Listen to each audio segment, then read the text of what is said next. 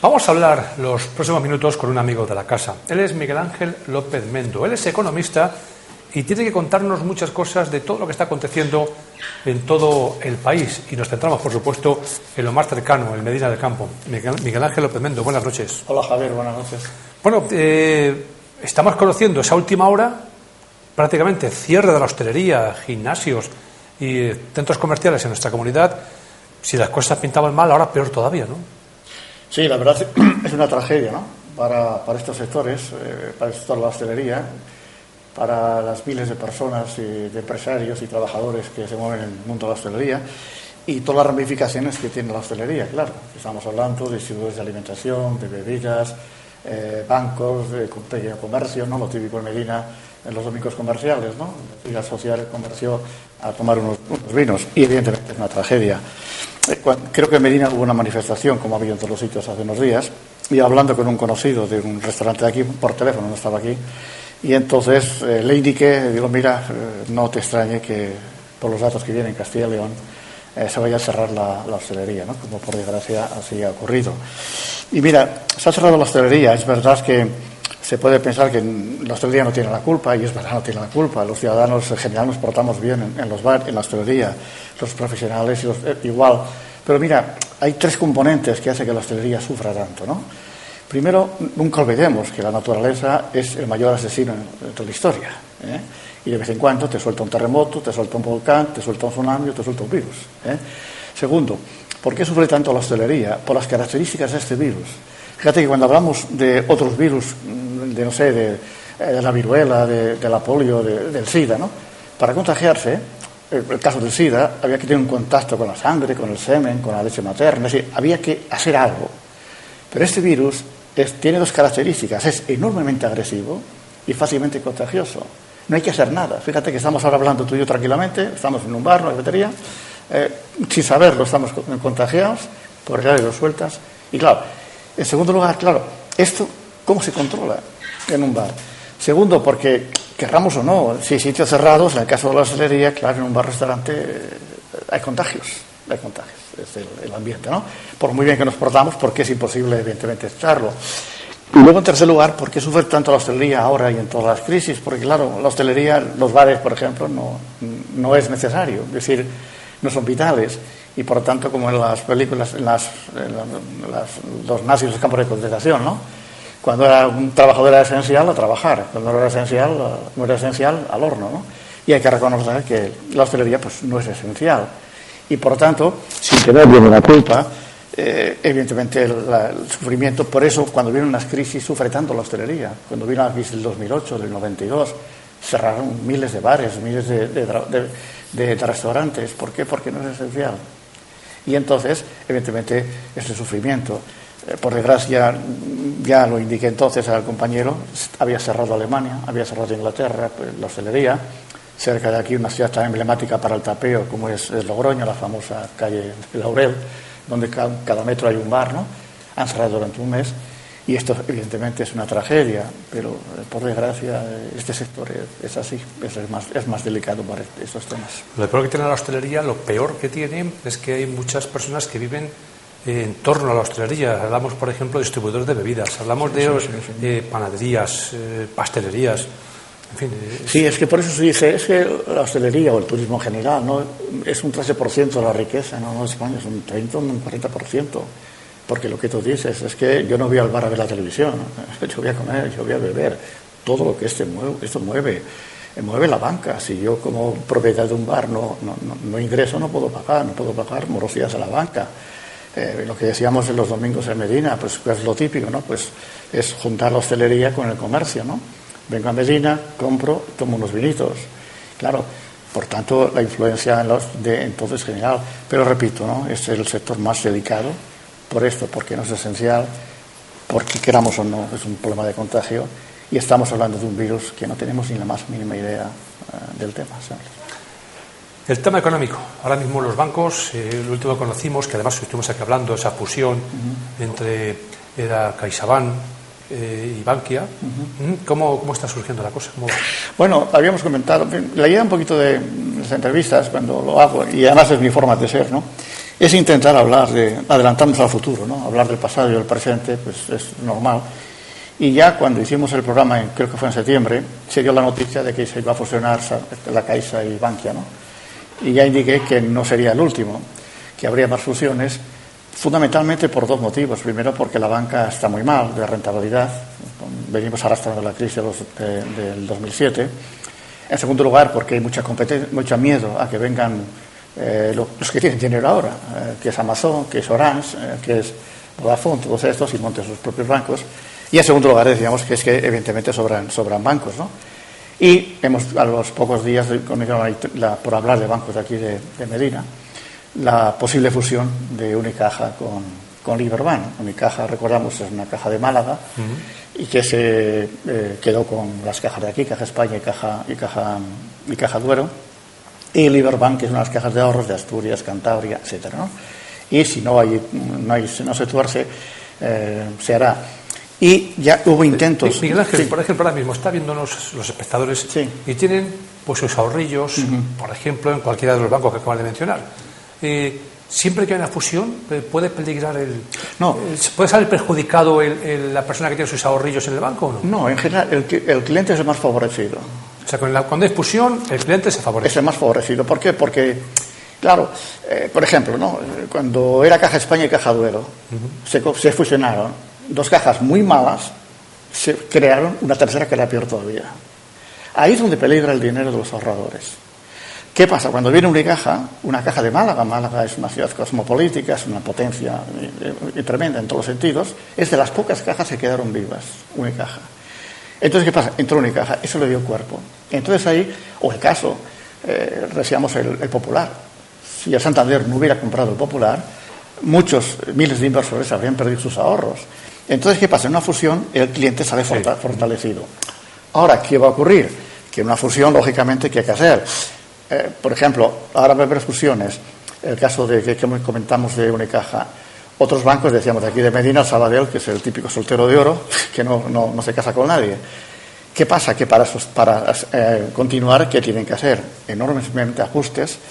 Y estos ajustes que van a hacer, Santander, los resultados, porque fíjate, decíamos que es que los bancos están mal, estos días han dado los resultados de los bancos y han caído sus beneficios en un 40 y un 70%, sus beneficios. Entonces, o hacen fusiones o hacen ajustes. Entonces, el cliente, el ahorrador, va a salir muy fortalecido. Gracias a ellos, los ahorradores del Popular no perdieron el dinero por la compra del Santander. Ahora, ¿qué va a ocurrir? Que hay que hacer ajustes de plantilla, claro. Y el Santander, alrededor de 2.000 personas va a ajustar. El Sabadell va a ajustar alrededor de 2.000 personas. Es verdad que serán jubilaciones anticipadas, y en segundo lugar, que se van a cerrar pues, muchas sucursales. Y entonces, ¿qué pasa? Que vamos a encontrar un problema. Medina, porque es más pequeño, no lo vemos tanto, ¿no? Ciudades con locales de bancos que han cerrado, que ahora son invendibles, no se pueden vender, son auténticos fantasmas. Antes, ¿qué pasa? Que cuando se cerraba un local grande, pues lo ocupaban los chinos, ¿no? Ahora no. Ahora se ocupan o por una gimnasia, un pilates, o por una clínica dental. Ya sabes que clínicas dentales ahora hasta en el desierto, ¿no? ¿Y qué pasa? Es muy peligroso la clínica dental porque hay una euforia enorme. Estamos viendo el otro día en una ciudad, en una misma calle, 5 clínicas dentales. Sí. Hay una euforia. ¿Y qué está provocando? Que evidentemente van a saltar por los aires muchas. Ya empezó Vitaldent, que se fue evidentemente a la quiebra. La última ha sido Dentes. No sé si en Medina hay. No. Entonces, ¿qué pasa? ¿Quién tiene ahora dinero? ¿Quién son? Los fondos de inversión. Entonces el fondo de inversión dice, Vitaldent tiene ¿qué posibilidades? La compro. Y ahora, quien no tenga posibilidades no la compro. Y por lo tanto hay una euforia tremenda. Y la última fue el caso de Dentes, ¿no? Entonces, ¿qué pasaba? Que el caso hablamos de las sucursales, pues es patético. Claro, había tantas sucursales juntas, ver ciudades. Hombre, si una sucursal cierra en la calle Padilla, Plaza Mayor, tarde o temprano habrá quien lo coja, ¿no? Pero cuando no son calles importantes, pues es patético ver cierres y cierres y cierres de locales, además son locales grandes, ¿eh? Se vende, se alquila, se traspasa y no encuentra salida. Y esto sí, sufrirán los trabajadores en el sentido que van a hacer la ajustación de plantilla y locales comerciales. Ahora, lo que me preguntabas... Ahora mismo es buen momento para invertir en fondos de inversión con cierto riesgo, o el riesgo lo dejamos para los expertos y profesionales? El trabajador de aquí asumir un riesgo le interesa? En principio, cuando hay una crisis en bolsa, la mayor parte de las acciones caen. Siempre hay media docena que suben, ¿no? Por ejemplo, con todo lo que ha caído, pues ha aguantado muy bien España, por ejemplo, algunas renovables, algunos laboratorios, claro, porque es el tema, ¿no? A nivel internacional, por citar una empresa conocida, Amazon está arrasando y por tanto sus acciones han doblado. Y lógicamente, cuando en estas caídas siempre hay posibilidades, ¿no? Entonces, el caso de los bancos, ¿no? Cuando digo que los bancos están muy mal, no es que descartemos los bancos como inversión. Es decir, los malos resultados, Santander ha perdido 9.000 y pico millones, el grupo de Santander. Pero claro, estos datos son pasado y presente. La bolsa no piensa ni en el pasado ni en el presente, estamos pensando en el futuro, ¿no? Y por tanto, pueden ser posibilidades para invertir en bolsa, lo de siempre, ¿no? Cuidado, que nos dirán, lo ideal para invertir en bolsa es invertir un dinero que nos sobre, ¿eh? Es lo ideal, pero la frase está muy mal dicha. Primero, porque no sé a quién le sobra el dinero. Y si te sobra el dinero, coño, ¿para qué coños inviertes, no? Es como si una empresa dijera que monta una empresa porque le sobra el dinero. Si le sobra el dinero, lo último que haría sería montar una empresa. Es verdad que lo que quieres decir es que no invertamos un dinero que a muy corto plazo no nos haga falta. Pero decir que a muy corto plazo nos haga falta, es decir que nos sobre, coño, la cosa cambia. Por eso yo no invierto en bolsa porque me sobra el dinero. Yo no monto una empresa porque me sobra el dinero. Yo no trabajo porque me sobra el dinero. Yo invierto en bolsa, yo monto una empresa, yo trabajo porque quiero tener dinero, que es distinto. Y la única forma de tener dinero es profesión, la que sea, o la inversión, la que sea. Por eso puede ser buen momento de cara a un futuro, pero teniendo en cuenta, pensando que a corto plazo será más tranquilo. Habitualmente, Miguel Ángel y yo mantenemos conversaciones a través de WhatsApp y de vez en cuando me sorprende porque me envía noticias que me dice, por ejemplo, Reino Unido sale al rescate de su economía con bajada de impuestos. Es decir, baja impuestos para rescatar la economía. Y aquí estamos escuchando subida de impuestos para mejorar la economía. Fíjate que aquí además podemos conectar con los presupuestos, ¿no? Fíjate que en el anterior programa, una reflexión que nos pasó ya en la crisis del 2007, decíamos, ¿por qué España siempre es la peor?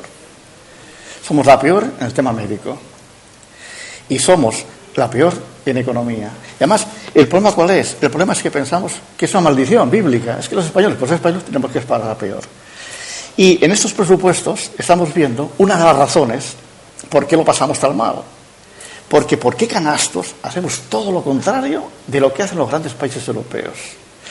Países europeos que están sufriendo, por supuesto. Pero claro, con paros de un 4, un 5%. Los presupuestos había otras cosas. Primero, un enorme gasto social cuando no tenemos dinero para ello. Por esas tonterías del gasto social, es decir, el mejor gasto social es que la gente tenga trabajo, tenga empleo. Y entonces, ¿qué pasa? Que a veces se piensa que el trabajo viene de las nubes. Ni el trabajo ni el dinero, hay que generarlo. Y en segundo lugar, una de las formas para activar la economía es bajar los impuestos. ¿Para qué? Para provocar que el empresario se anime, para provocar que el ciudadano se anime a comprar un piso, a comprar un coche, a ir mañana de vacaciones. Y estas son las medidas que hacen. Y entonces encontramos, ¿no?, cuando a responsables económicos les preguntan, oiga, ¿y qué hay que hacer para salir de la crisis? Siempre te dicen lo mismo. Pues mira, como pues bajar los impuestos, como están haciendo otros países. Siempre te dicen lo mismo. Alemania, Inglaterra, Canadá, que funciona. Están bajando los impuestos. La gente compra piso y compra coche y se va de vacaciones. En España, ¿qué hacemos? Todo lo contrario. ¿Y esto por qué? Porque estos presupuestos han sido enormemente electorales, enormemente ideológicos. No se ha pensado en la economía. Entonces, ¿qué hacemos? ¿Qué estamos pensando en ganar las elecciones? ¿Qué vamos a hacer? El político tiene una ventaja y es que considera que los ciudadanos somos cortitos.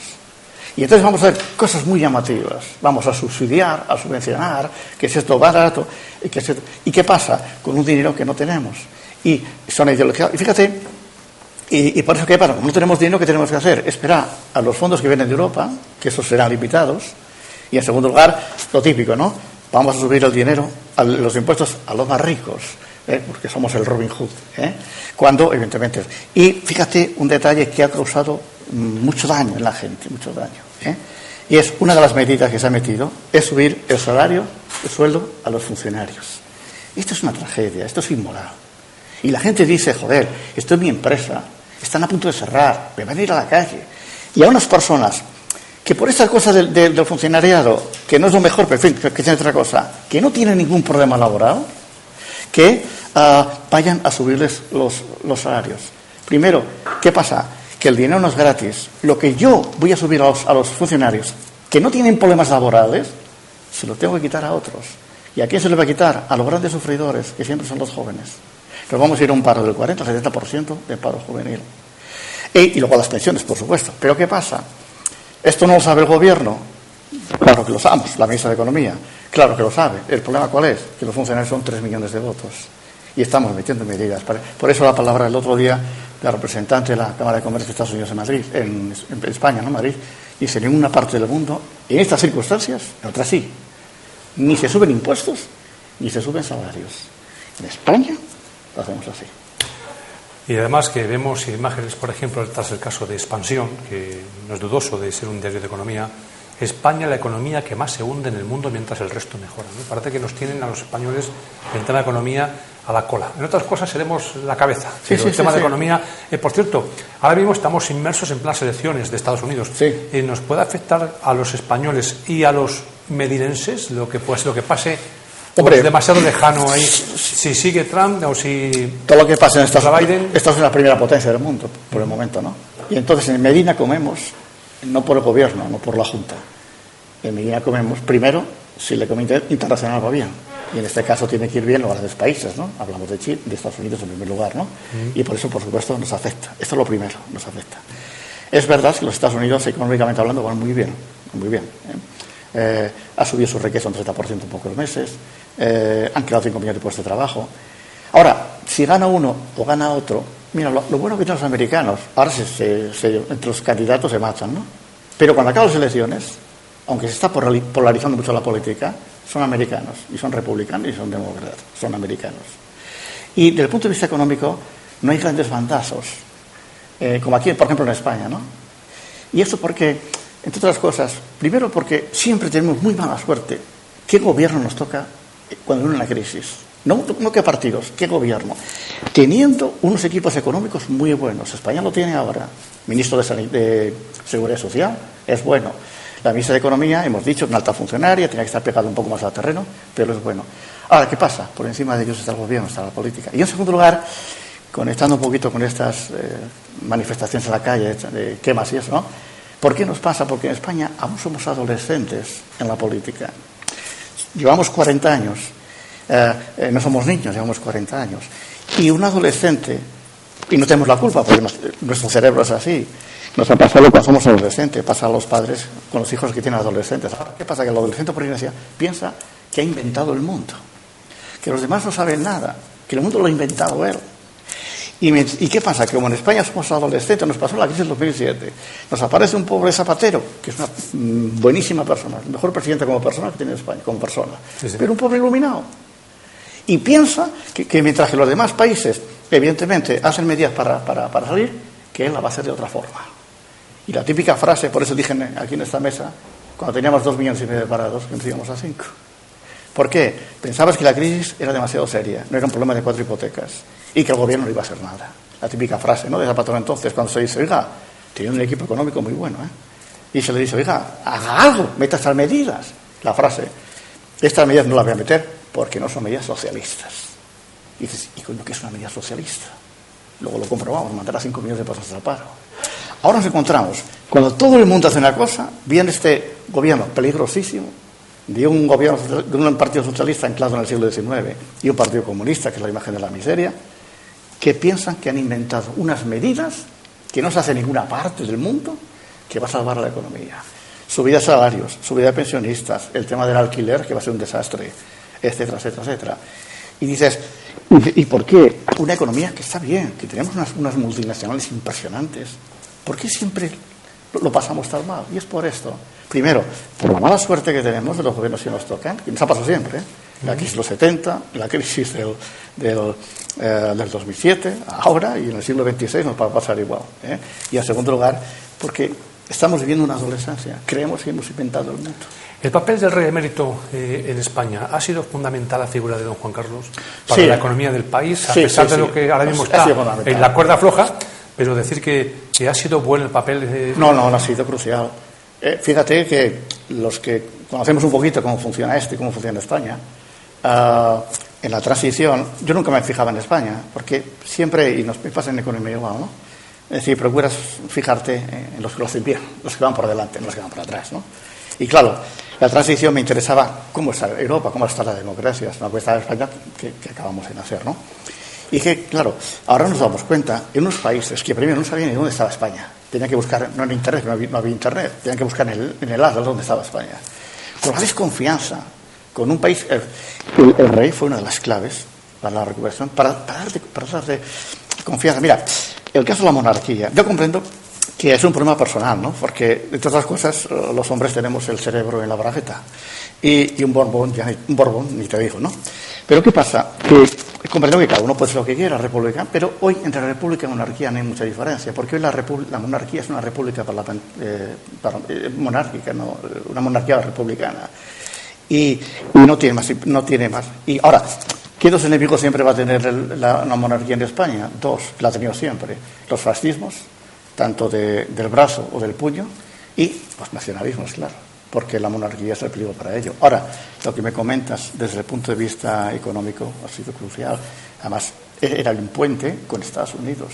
Estados Unidos no sabía dónde estaba España, pero apreciaban al rey. Y luego, muy importante, claro, la relación, claro, el rey está emparentado con la monarquía inglesa y otras monarquías, es decir, con los países más progresistas, más ricos, y está conectado muy importante con el caso de los países árabes. Uh-huh. Los países árabes, evidentemente, han inyectado decenas y decenas y decenas de miles de millones en España, y en este caso el rey. Ahora, claro, al ser una sola persona, pues siempre los líos se produzcan por motivos personales, ¿no? Y siempre algún motivo de faltas. Tenemos que ir concluyendo, pero no me gustaría que te marchases, Miguel Ángel, sin tocar un tema. Hablamos de dos corredores. Por un lado, corredor del Atlántico. Y hace una semana, poco más, conocíamos una noticia que era ese corredor desde Toro hasta Cuéllar, un corredor agroalimentario.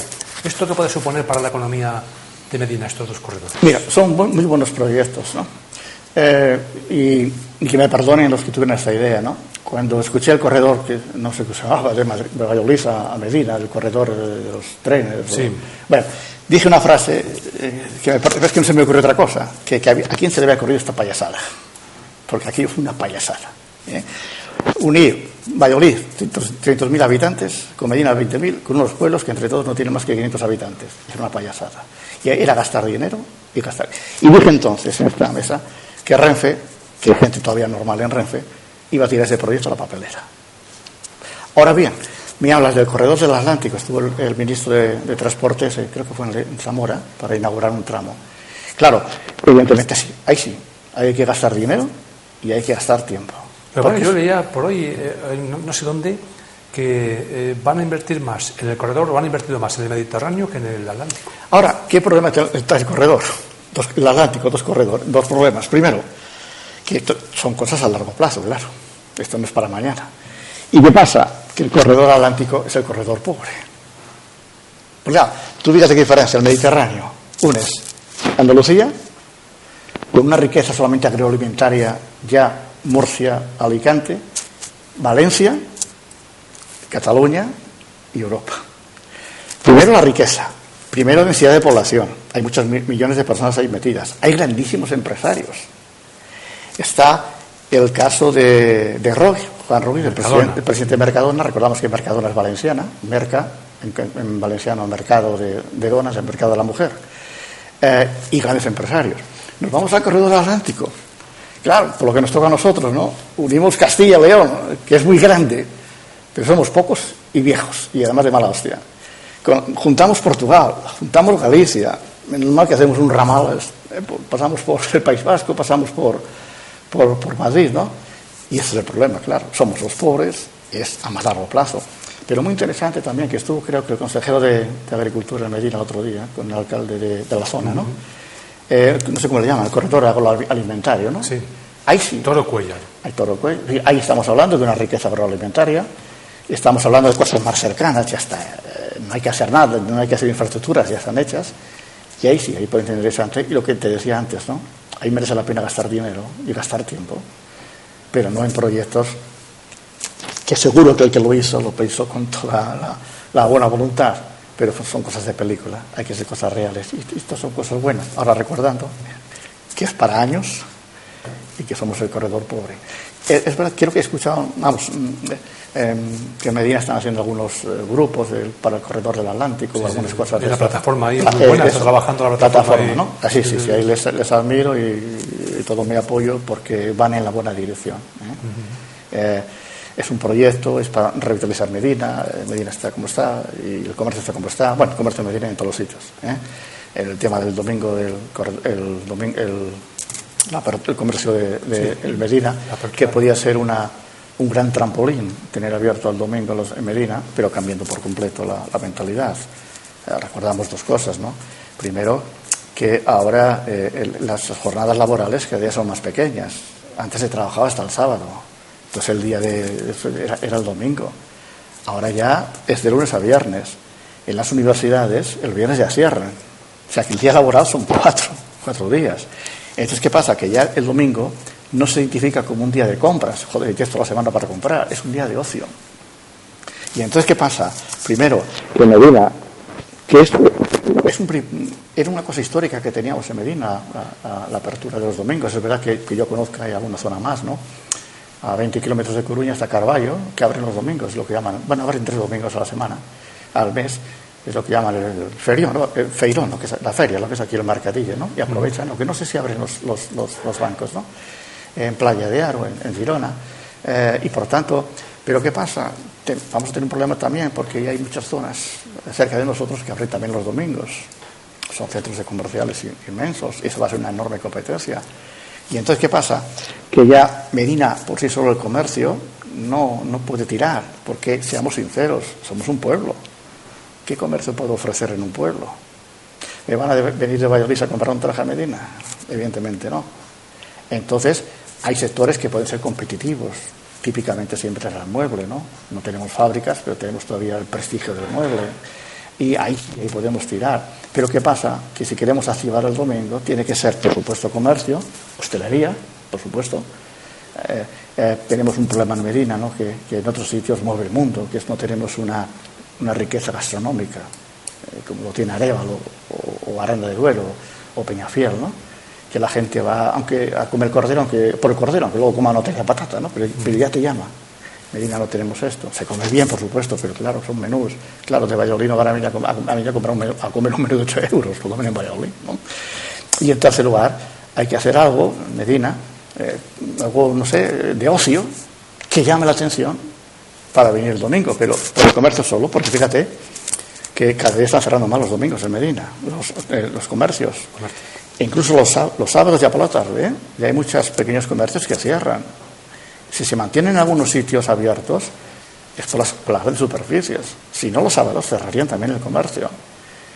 Y todo esto que hablamos de los corredores es un incentivo, evidentemente, ahí está muy bien. Y por tanto, excelente la plataforma que apoya todo esto, ¿sí? Miguel Ángel, tenemos que dejarlo aquí. Hasta un próximo programa. Muchas gracias por venir. Buenas noches. A ti, Javier.